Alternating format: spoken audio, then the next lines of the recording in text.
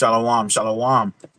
First and foremost, I want to give Kohallah, Yahweh, Bahashem, Hamashiach, Yahweh for giving me the spirit and power to do this lesson, and for giving me the spirit and power to wake up another day to show forth repentance in these last days as we get closer and closer to Jacob's trouble, the great tribulation period, whatever you want to call it, as says 2 Peter chapter 3 and verse 17.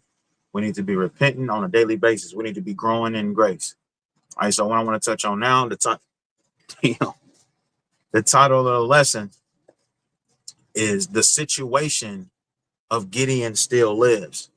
Right? When we're dealing with the situation of Gideon, if you don't know, so if you don't know it, you should know. It's a famous story about Gideon and the 300, right? Versus, I think it was like 14,000. Let me look it up right quick.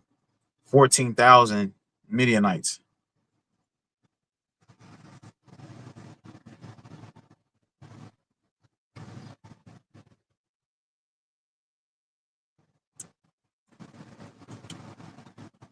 And Gideon, he had 32,000. But the Most High God dumbed it down to just 300 men. And that's a symbolic message for, the Most High God is the one who's going to protect us. It's not about the strength of the battle. It's not about that. And I'm going to get that in a second too.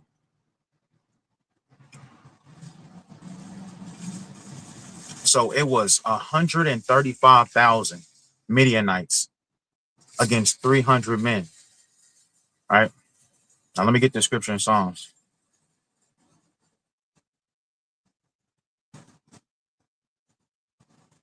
When you read Psalms chapter 18, right? I think it's 18 and 44. Or it might be 44 and 8. 1 second.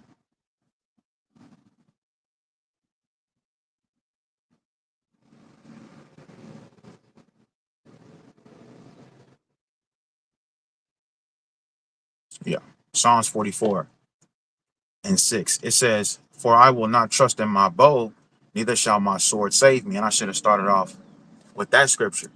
I should have opened up with that scripture. It's not about how much artillery you have, how much ammo you have, how much stuff you got stocked up. That's not what's going to save you in these last days. And we have history of our forefathers being in terrifying situations to the point where they're outnumbered, and it's a situation where you'd be like, some people, a natural man, a non-believer would be like, bro, ain't no way that story is real, because you had 300 men. It went from 32,000 to just 300 men versus 100,000 plus men out there. And it was going, the plan was to go to war. But when you read the story, and I'm thinking about Exodus 14 and 14, where the Lord told us to hold our peace and he would fight for us. The Lord has always been fighting for us. Going back to Egypt, we didn't have to do anything to get out of Egypt. The Lord fought for us. But this is only for believers that actually believe in stories like this. Right? This is how you determine a believer and a non-believer. Right? No matter what situation that you're going to be put in pretty soon, you got to have the faith and the hope that the Lord is going to deliver you out of that situation. And I'm talking about death. I'm talking about deportation. Wherever they take you, wherever they send you, it might be to a FEMA camp. You're supposed to have faith, man. Because what had happened in Acts when they was in the prisons in Acts, right? For the believers, of course, what happened in Acts? The Most High God sent the angels to open the gates for them so that they can escape. He opened it for Paul too, but Paul stayed inside the cell. So we have these examples to help build our faith in these last days. And I want to read this story of Gideon and the 300. So when you read Judges chapter 7 and 1, so Jerubbaal, this is Gideon, and his army got up early and went as far as the spring of Harod. The armies of Midian were camped north of them in the valley near the hill of Moreh. So when trying to visualize this story, they walked up to the camp, or they can see the camp, and they see a great number of people. Now in the law, it tell you if you're afraid to go home. And this is what they was reading off to them, the law. But I'm keep going because I'm jumping the gun. It says, the Lord said to Gideon, You have too many warriors with you. If I let all you fight, the Midianites, the Israelites, will boast to me that they saved themselves by their own strength. So the Most High God is speaking. He says, if I let these 32,000 men fight against this 100,000 and the Israelites win, the Midianites will believe that the Israelites are just stronger, and the Israelites will think that they beat them by their own strength and own power. We just read in Psalms 44 and verse 6, for I will not trust in my bow, neither shall my sword save me. That's the kind of understanding that we got to have. But a carnal man, he's not going to think like that. A carnal man is going to simply think, you know, if he in a crazy situation, I'm going to get out with this FN I got. This FN I got is going to get me out of this situation. That's how they're going to be thinking. This Glock Beretta is going to get me out of this situation. This Smith & Wesson is going to get me out of this situation. Hell, they might even think they got a knife. This knife, I mean, they might even think that this knife will get them out the situation. But nothing is going to get them out of the situation at the end if the Lord doesn't want you to be delivered out of that situation.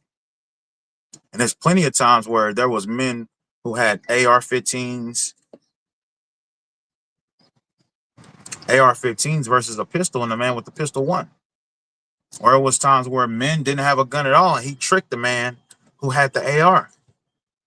Whoever wins that battle, that's whose side the Lord is on. Esau beat us.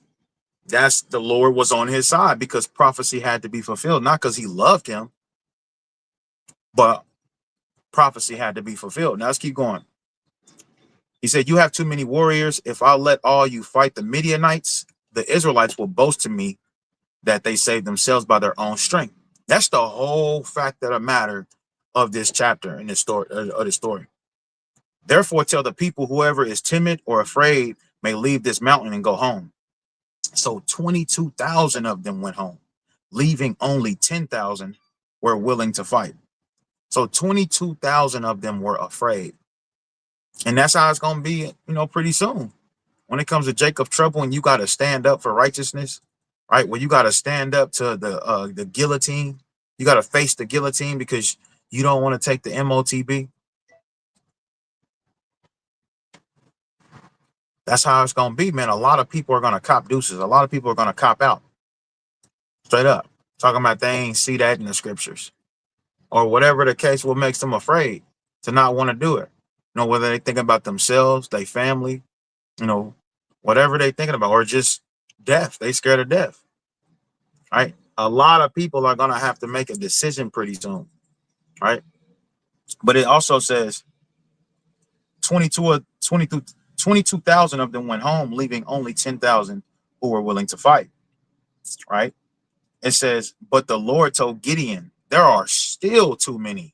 Bring them down to the spring, and I will test them to determine who will go with you and who will not. And we know the testing goes into, the fires. If you're thinking as a spiritual man, of course. See, only spiritual believers are going to understand, making sense of spiritual situations like that. This is a physical situation that happened, but a spiritual man going to see the spirituality in it. He going to see it. All right. So it says, when Gideon took his warriors down to the water, the Lord told him, divide the men into two groups. In one group, put all those who cup water with their hands and lay it up with their tongues like a dog. So you cupping the water, you drinking it that way. All right. It says, in the other group, put all these who kneel down and drink with their mouths in the stream. So you had another section of men who would literally put their head in the water and drink the water that way. And that's how the Lord determined who he wanted. Symbolically, the ones that's doing what they're supposed to be doing. The ones that's doing what they're supposed to be doing with all truth and sincerity, man. Those are the ones the Lord gonna choose. Of course, we know this already. Those are the ones the Lord gonna choose. Right? Strive unto the truth unto death, and the Lord will fight for you. You can't be scared of this battle that we gotta fight. This spiritual battle. Shit, you can't be scared of the physical battle if you have to get into a physical altercation pretty soon and you have to lay somebody down, a human being down. You can't be afraid of that either. because there's plenty of our forefathers that was righteous that had to kill. Pretty soon they're about to come after us, man. It's going to be civilians and government officials, straight up. And the Lord might put it on your spirit to do it. All right. Especially when it comes to your family. But it says only 300 of the men drank from their hands. All the others got down on their knees and drank with their mouths in the stream. The Lord told Gideon, with these 300 men, I will rescue you and give you victory over the Midianites. Send all the others home. So Gideon, and you can just imagine how they was complaining and crying and like, bro, what the fuck is going on? It's 100,000 plus men over there. Why do we only have 300 men? And I'm sure Gideon is explaining the same thing I'm explaining. It's all about the Lord's power. It's not about, you saving yourselves by your own strength, right? Explaining to them faith, man, straight up. And they believed in the Lord. It's what it's about, believing in the Lord and his word. If he say he's going to deliver you, if I'm standing against 10 army veterans that got all these purple hearts and the Lord tell me he's going to deliver me to go and fight them, that's what I'm going to do, because I believe the Lord. If the Lord tell me to step inside of a council and tell them this, even though they have everything figured out, and he said me to go in there, you're going to confound them, I'm going to put my words in your mouth. I'm going to believe him and I'm going to go in there, no matter how I feel about it. That's another key thing. No matter how you feel, it's all about the Lord's words. No matter how we feel, whether it's scared, whether it's, you just not in the mood to do it, no matter what. It says, so Gideon collected the provisions and ram's horns of the other warriors and sent them home. But he kept the 300 men with him. The Midianite camp was in the valley just below Gideon. So if he was just below Gideon, that means Gideon was at the top of a mountain, just looking at him, how great the army was. And they're like, damn, just 300 people against all these men. Right. And if they did do that, I believe the 300 was solid. But if they did do it, it would show a lack of faith. So no matter what trials and tribulations we're facing, you cannot have a lack of faith. You got to believe that the Lord is going to, because, man, Esau got us outnumbered. And I ain't talking about just soldiers. Even though they do got other soldiers that they can call from other countries, the National Guard, the UN, that's one of America's biggest allies. They got Israel now with them. They got Ukraine with them. It's many different nations. The European Union, they got them with them that they can call over here, and the Israelites will be outnumbered here in America with, bodies, artillery, they outsmart us, technology. They got robot dogs, robots with guns on them. We outnumbered. But the Lord told us in Exodus chapter 14 and verse 14.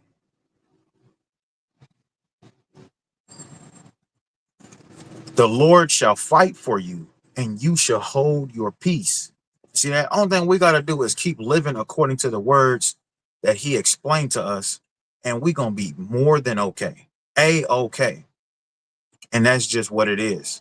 And that's what we got to believe. Because we see stories with the Gideon and the 300. And this book, of course, the Bible is a history book. But you actually have separated history that actually backs up the history of the scriptures. You actually have different kind of history that backs it up. Like you have history of heathens actually speaking on who they call Christus, which was, they call him Jesus, which we know as Yahushua. Heathens speaking, saying that this man was real and he had a major following, and it caused the uproar. Right? You have two different Romans, actual Romans, who spoke on this. Historians, Stoic, that was in Stoicism, Marcionism. They was all in these different kind of religions, but they still could not deny that there was a Yahushua HaMashiach that walked the earth, and he had followers. He had 12 disciples. He had followers. So go look at the history. You got the history of the Sodom and Gomorrah. It's still laying in ashes right now. Nothing will grow in that area as of now. Nothing. And that's a memorial. The Lord said he was going to leave it like that as a memorial for the people that choose to live ungodly. But guess what? Only non-believers are going to disregard. There's a land over there in the east that is laying in ashes still to this day. Laying in ashes, desolate. Nothing won't grow. No grass won't grow. No vegetation won't grow. No fruits won't grow.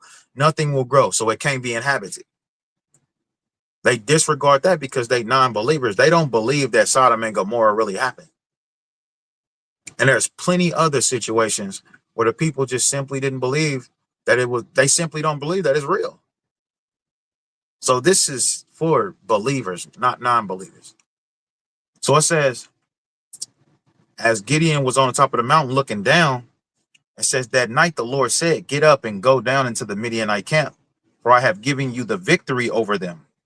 So before they even fought, the Lord already said, I have given you the victory. Those are some tough words to believe. And this is what separates the men from the boys, the women from the girls, actually believing something they can't see. And what does that go into? Hebrews chapter 11 and verse 1. It says, now faith, because faith is interchangeable with belief. Now faith is the substance of things hoped for, right? So faith is something that you believe, you hope to be real. The evidence of things not seen.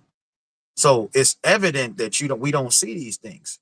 You haven't seen Yahweh, you haven't seen Yahushua. Yahushua told Thomas in John chapter 20, he said, put your finger in my hands, and when you do it, believe. Matter of fact, let me get it. I'm gonna just get the point. John chapter 20. And he said, John 20 and 25, the other disciples therefore said unto him, we have seen the Lord, but he said unto them, except I shall see in his hands the print of the nails, and put my finger into the prints of the nails, and thrust my hand into his side, I will not believe. You see that? This is actually a teaching moment. Thomas did not believe unless he's seen it as visual. Right? And this is one of the disciples. So there is times where we get to that point where, we got to see it to believe it. No, but those are the kind of, situations that we got to be critiquing. We got to be tweaking. We got to be growing in, like walking on water. I know that's hard for a lot of people to believe, but you got to believe it. You got insects that walk on water. Esau got technology to make you float on water. Why is it impossible that the Lord can, make you walk on water, or make Yahushua walk on water? Why is that impossible to you? So it says, I'm going to get down to the point, verse 27. Then said he to Thomas, this is what Yahushua said unto Thomas, reach hither thy finger and behold my hands, and reach thither thy hand and thrust it in my side, and be not faithless, but believing. You see that? Got to believe when you put forth an action, when you're doing something, you're supposed to have faith. You're supposed to believe that it's going to work. If you believe that you're going to make it to the end, you're going to endure into the end, then you got to really believe that. You got to put forth the action, of course, but you got to believe that. Straight up. No matter what you got to face here in this captivity, you got to believe that you're going to make it to the end, and it's going to be successful, a successful end. All right. So going back, the Lord said he was going to give Gideon and 300 men victory over 100,000 plus men. But if you are afraid to attack, go down to the camp with your servant Parah. Listen to what the Midianites are saying, and you will be greatly encouraged. Then you will be eager to attack. So Gideon took Parah and went down to the edge of the enemy camp. The armies of the Midian, Amalek, and the people of the east had settled in the valley like a swarm of locusts. Their camels were like grains of sand on the seashore, too many to count. So when a normal person see this, and I'm like, man, I ain't fighting against that. Jake, I ain't fighting against them. Are you crazy? The Lord made us get rid of 32,000, almost 32,000 men. 31,000 men. Let's just say that. The Lord made us get rid of 31,000 men, and 300 men supposed to fight against 100. That Jake would just be complaining and complaining and complaining, discouraging themselves, even though the Lord's word, he said, I'm going to deliver you. I'm going to deliver you. Jake won't even believe when the Lord say he going to bless him. It has to be something, they accomplished in order for them to believe that the Lord is blessing them. Without considering the Lord, they don't give the credit to the Lord, none of that. I mean, they give credit, but that's all. They don't really truly believe that the Lord gave them this or delivered them out of a situation. I think it was them. And that's where a lot of people fall short. Being in a life or death situation, nobody think about praying. Having a lot of money, nobody think about giving alms due to the word of God, how it melts away sins, right? Or it delivers from death. So it says, verse 13, Gideon crept up just as a man was telling him, his companion, about a dream. The man said, I had this dream, and in my dream, a loaf of barley bread came down tumbling into the Midianite camp. It hit a tent, turned it over, and knocked it flat. His companion answered, your dream can mean only one thing. So God has given Gideon, son of Joash, the Israelite, victory over Midian and all its allies. So you got to understand, the Most High sent dreams to Pontius Pilate wife. He sends dreams to, when you read in Josephus, it's in the Josephus, it's not in the scriptures. In the Josephus, it tells you that Most High God sent dreams to Alexander the Greek. That's why you never have records of Alexander the Greek attacking Israel, because he attacked there, he conquered everybody, but you don't see where he conquered Israel. But guess what? His four predecessors did. They didn't care. They didn't receive a vision. But Alexander the Greek never touched Israel, because in a Josephus, it tells you that he was given a dream not to touch them. All right.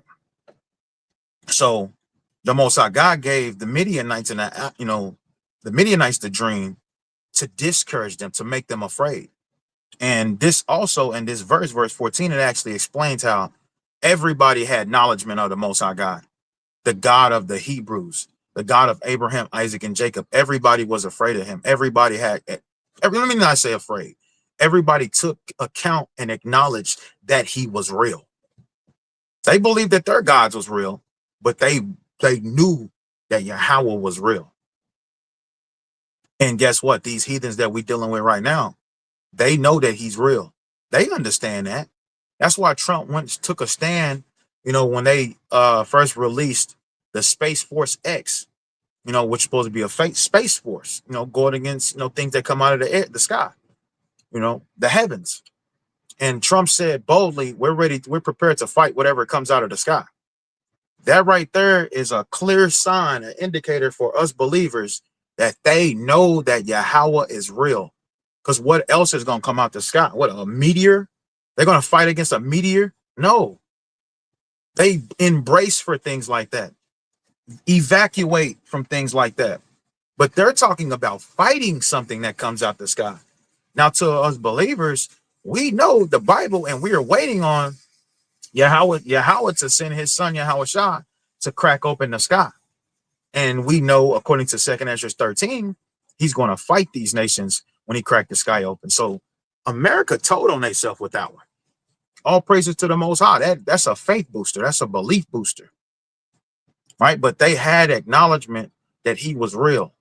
Right? Judith chapter 5. That's perfect. I always try to meditate on that, how they understand as long as they keep us in sin, and that's why sin is promoted the most amongst the blacks, Hispanics, and Native Americans, the Negro for sure, because they know that's the head tribe. So they try to keep them in sin: homosexuality, murder, envy, jealousy, on a whole bunch of lust. They try to keep you in that spirit. Adultery. They try to keep you in that spirit because they know when you're in sin, the Most High is not going to deal with you. And it's true. He's not going to deal with you if you're in sin, but he's going to put his spirit on certain men and families that's not going to be practicing sin. And it ain't nothing Esau going to be able to do. It ain't nothing no nation going to be able to do, because he chose these men and their families, right? And these certain women, that don't have families. But going back, verse 15, when Gideon heard the dream and its interpretation, he bowed and worshiped before the Lord. Then he returned to the Israelite camp and shouted, "Get up, for the Lord has given you victory over the Midianite hordes." He divided the 300 men into 3 groups and gave each man a ram's horn and a clay jar with a torch in it. So it was a torch with a clay jar over it. So I believe the fire was still lit, but it was a clay jar over it. And I believe the clay jar was so that the brightness of the flame wouldn't alarm the Midianites, because they crept up on them. It says, then he said to them, "Keep your eyes on me. When I come to the edge of the camp, do as I do. As soon as I and those with me blow the ram's horns, blow your horns too, all around the camp, and shout for the Lord and for Gideon." So you can just imagine how loud that horn was. But thinking as a spiritual believer, that ram's horn, all those ram's horns being let off, I'm sure the angels, that's where the angels come in, and they did their part. So it was a spirit when they blew those horns. It's a spirit when you blow your ram's horn. It's very good. That's why you're commanded to blow it on a Sabbath, on a new moon, right? It's acknowledgement to the angels, obviously. It says, it was just after midnight, after the changing of the guard, when Gideon and 100 men with him reached the edge of the Midianite camp. Suddenly they blew the ram's horn and broke their clay jars. So all of them breaking their clay jars, I'm sure it made a loud noise to the point, and blowing the ram's horns, it greatly made the Midianite and their allies afraid. It sounded like it was more people out there than it was, right? And when you go into 1 Kings chapter 6, right? It's locked. Let me get this. I gotta get this.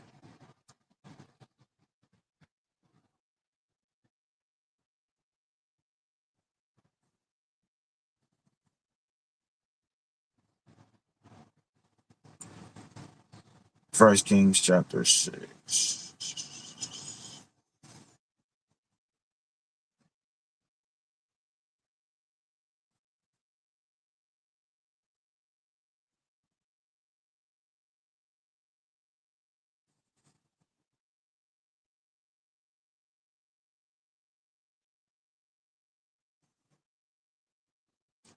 I think it's 6 and 17.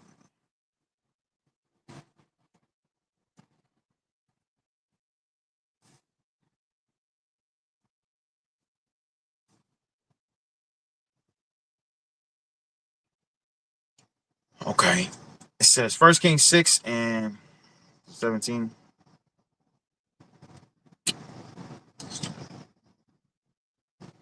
But it's the situation dealing with Elijah and Elisha, where Elisha was afraid when he seen all of the host of the army, but Elijah prayed that Elisha's eyes were awakened, where he could see he can spiritually see the angels that are camped around about them, and it was way more than the army that he was looking at before him. And that's how it always is with us. Just because you can't see the angels, man, they right there. They right here, right now. They right there on the side of you and right on the side of me, man. Whether you being wicked or righteous, they right there. It's a lock in. They are right there.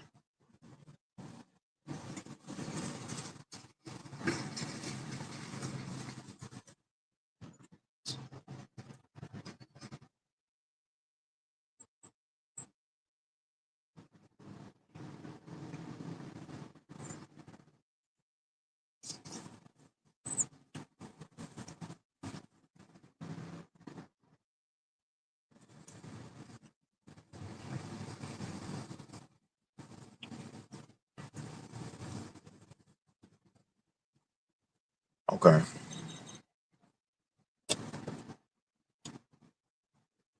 Let me just do this.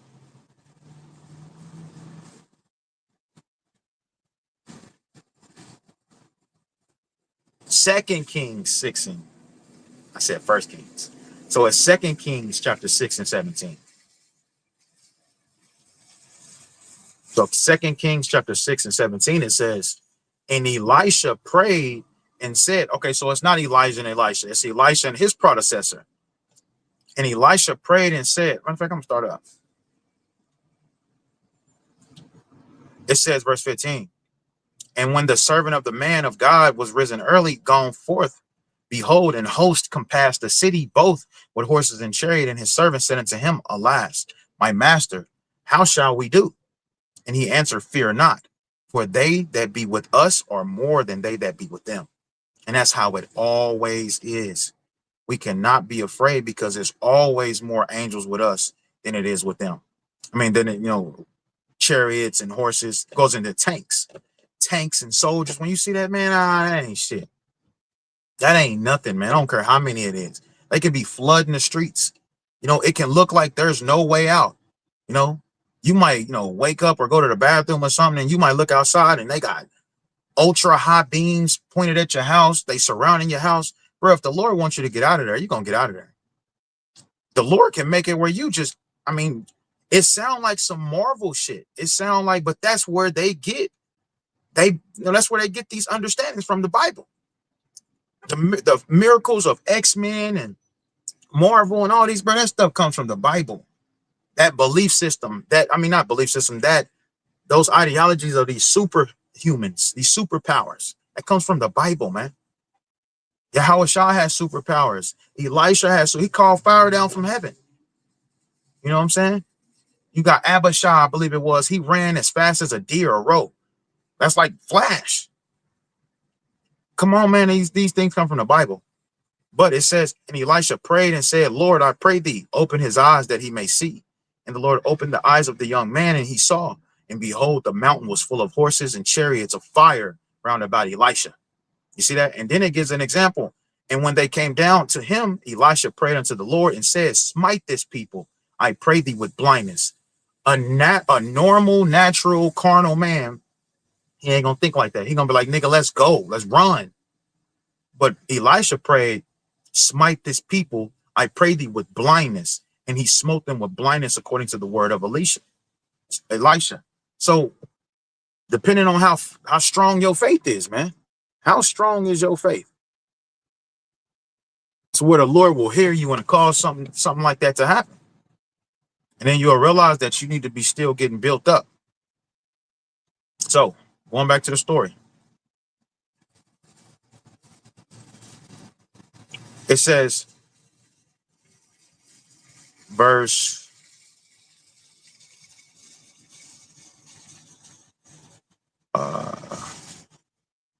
21. Each man stood at his position around the camp and watched as all the Midianites rushed around in a panic.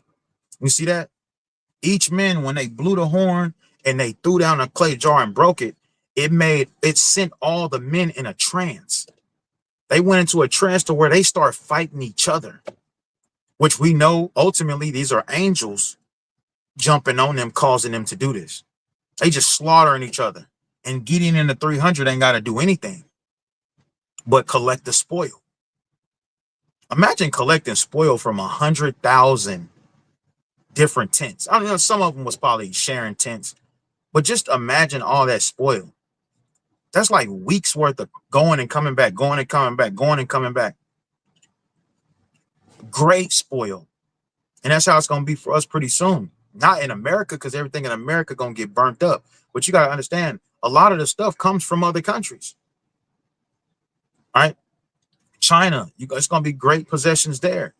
Russia is going to be great possessions there. Gold, diamonds, and actual possessions. You never know. The most High might allow us to use that technology in that day. You just never know, man. We just got to strive to make it there to see. It says all the Midianites rushed around in a panic, shouting as they ran to escape. When the 300 Israelites blew their ram's horns, the Lord caused the warriors in the camp to fight against each other with their swords. So they slaughtering each other. Those who were not killed fled to places as far as Beth Shittah near Zererah, and to the border of Abel Meh, Olah near Tabath. Then Gideon sent for the warriors of Naphtali, Asher, and Manasseh, who joined in chasing the army of Midian. So after the Lord's plan was successful, then Gideon called for more soldiers, right? Because the Lord's plan is accomplished. So now you can call for more soldiers. The Lord's plan is successful, man. So it says, Gideon also sent messengers throughout the hill of Ephraim, saying, come down to attack the Midianites, cut them off at the shallow crossings of the Jordan at the Jordan River at Beth Barah. So all the men of Ephraim did as they were told. They captured Oreb and Zeb, the two Midianite commanders, killing Oreb at the rock of Oreb and Zeb at the winepress of Zeb. And they continued to chase the Midianites after the Israelites brought the heads of Oreb and Zeb to Gideon, who was by the Jordan River. So this is a situation where the Lord made our enemies flee 7 ways. This is a situation of that. All praises to the Most High, and Lord willing, we can be in a situation, of that pretty soon. I know certain camps, they talk about spiritual powers that we're gonna have.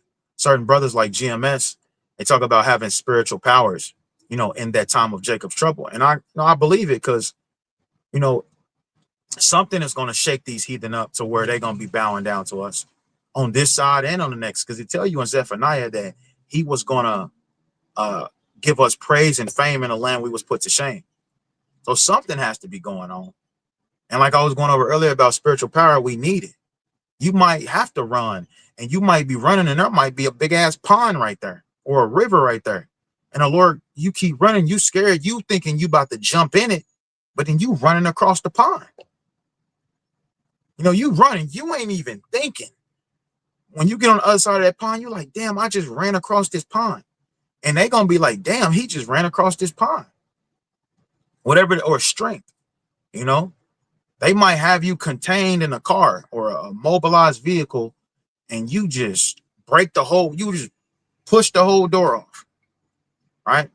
Or you might be running and you might have Hulk strength, and you just start plowing through the tanks. Do. Whatever it is, man, don't doubt the power of the Most High God. Don't doubt it. All right.